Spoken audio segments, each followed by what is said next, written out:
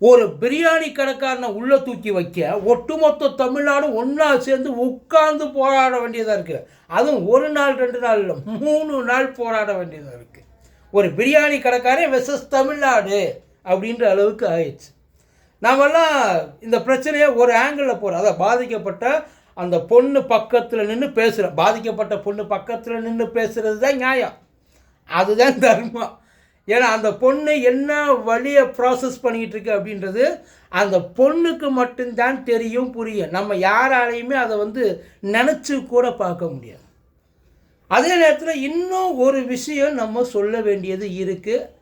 ஏன்னா சில நேரங்களில் உண்மையை சொல்கிறப்ப கசக்கம், எரியும், எல்லாம் பண்ணும். பட் இருந்தாலும் இந்த பொண்ணு மாதிரி இன்னொரு பொண்ணு சூழ்நிலை வந்துடக்கூடாதுன்றதுக்காக சொல்கிறேன்.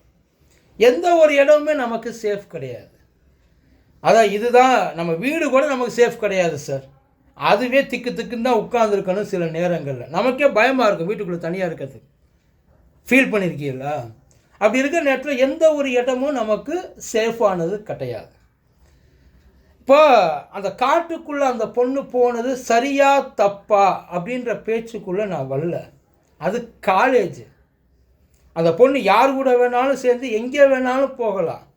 தன்னைத்தானே காப்பாற்றிக்கிற அந்த தைரியம் முதல்ல இருந்தால், இல்லை நம்மளை இவன் காப்பாற்றுவான்ற ஒரு தைரியம் கூட்டிகிட்டு போனவன் மேலேயாவது இருக்கணும். 2 இல்லைன்னா எந்த இடத்துலையும் நமக்கு என்ன வேணாலும் நடக்கலாம். அவ்வளோ தூரம் மக்கள் நல்லா புலங்குற இடத்துலையே 1000 தப்பு நடக்குது. அதையே நம்மளால் தடுக்க முடியல.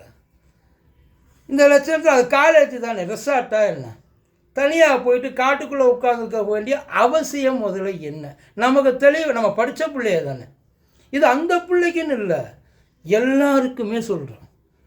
ஏன்னா எவன் எப்போ எங்கே கேமரா வைப்பான்னு யாருக்குமே தெரியாது. இங்கே ராமேஸ்வரத்தில் ஒரு கேமரா, குளிக்கிற இடத்துல, கோயிலில். ஆனால் ஒருத்தர் கேமராவை எடுத்து எவனாச்சும் ஒருத்தன் மிரட்டினான்னா தயவு செய்து என்ன ஏது எதிர்த்து கேள்வி கேட்கறதுக்கு முதல்ல ட்ரை பண்ணுங்க. நீங்கள் எந்த ஒரு ரியாக்ஷனும் எதிர்ப்பும் காட்டாமல் இருக்கத்த ஆப்போசிட்டில் இருக்கிறவனுக்கு அது இன்னும் கொஞ்சம் பூஸ்டப் ஆகும். அவனுக்கு கான்ஃபிடென்ட்டை கொடுத்துரும். கண்டிப்பாக அதை நம்ம கண்ட்ரோலுக்கு எடுத்துடலாம் அப்படின்ற ஒரு கான்ஃபிடென்ட்டை அந்த இடத்துல கொடுக்கும். அதே நேரத்தில் அதாவது நம்ம இடம் கொடுத்துடக்கூடாது இல்லை எந்த ஒரு இடத்துக்கும்.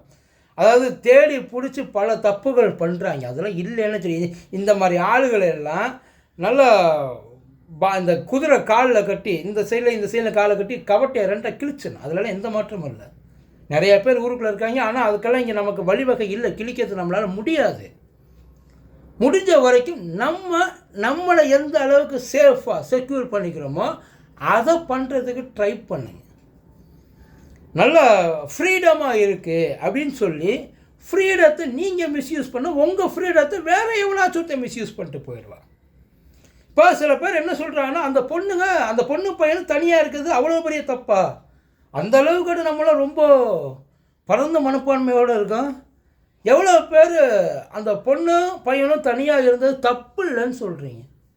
எவ்வளோ பேருக்கு அது உறுத்தலை உள்ள? எல்லோரும் அந்த அளவுக்கு ரொம்ப ஓப்பன் டைப்பாக போயிட்டோமா?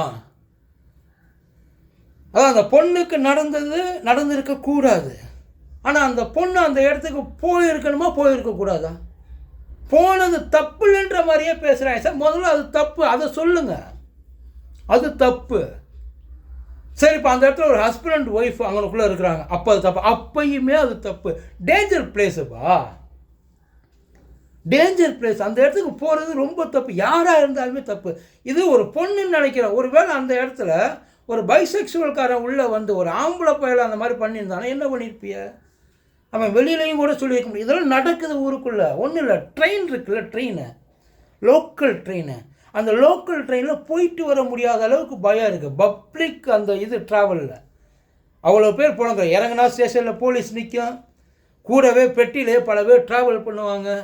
அந்த மாதிரி இடங்களே நமக்கு பாதுகாப்பு இல்லைன்றப்போ இந்த மாதிரி இடத்துல நீங்கள் என்ன, அதாவது வெளியில் இருக்க எவனோ ஒருத்தன் வந்துட்டான்றதான் இப்போ பெரிய பிரச்சனை. ஒரு வேளை உள்ளே இருக்கிறவனை எவனோ ஒருத்தன் உச்சி போதையில் உட்காந்துருக்கான், இந்த மாதிரி ஏதாச்சும் ஒரு சம்பவத்தை பண்ணிட்டான், அப்போ என்ன பண்ணுவீங்க? வெளியிலேருந்து ஆள் வரல, உள்ளுக்குள்ளேயே இருக்குது, என்ன பண்ணுவீங்க?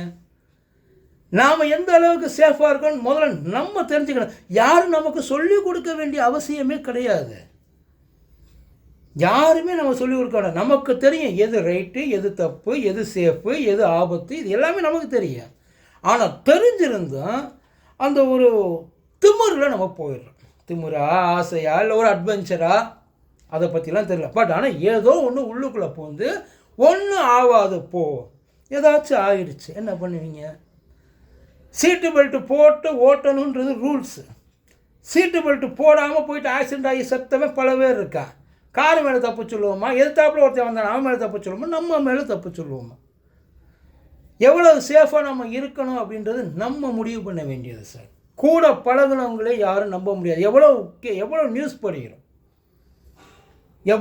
படிக்கிறேன். நம்பி போன பொண்ணை 4 பேர் சேர்ந்து ஃப்ரெண்ட்ஸை கூட்டி வந்து நாசம் பண்ணிட்டாங்க. எவ்வளவு செய்தி படிக்கிறோம்.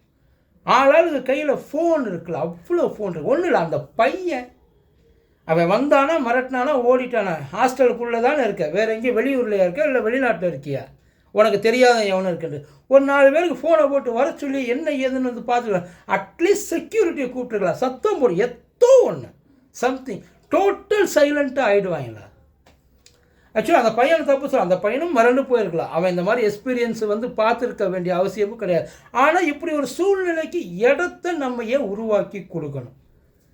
நம்ம பிள்ளைய இப்போ சொல்லலாம், உன் வீட்டு பிள்ளையா இருந்தால் அப்படி பேசுவியா, என் வீட்டு பிள்ளையா இருந்தால் நான் சொல்லி வைப்பேன், தயவு செய்து எங்கேயும் தனியாக போய் சிக்கிறாத, ஊர் உலகம் கட்டுக்க. ஒன்றும் இல்லை, ஒரு பொண்ணு மெட்ராஸ்லேருந்தோ கன்னியாகுமரியிலேருந்து மெட்ராஸுக்கோ இல்லை மெட்ராஸ்லேருந்து கன்னியாகுமரிக்கோ போகுதுன்னு வச்சுக்குவோம்.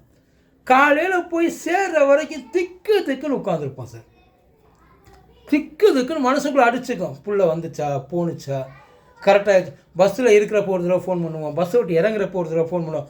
ஒன்றும் இல்லை, பஸ்ஸை விட்டு இறங்குறப்ப அதை இடையில அந்த ஸ்டாப்பிங்கு போட அந்த ஸ்டாப்பிங்கு கூட நிற்காதுன்னு சொல்லி அனுப்புகிறோம் சார்.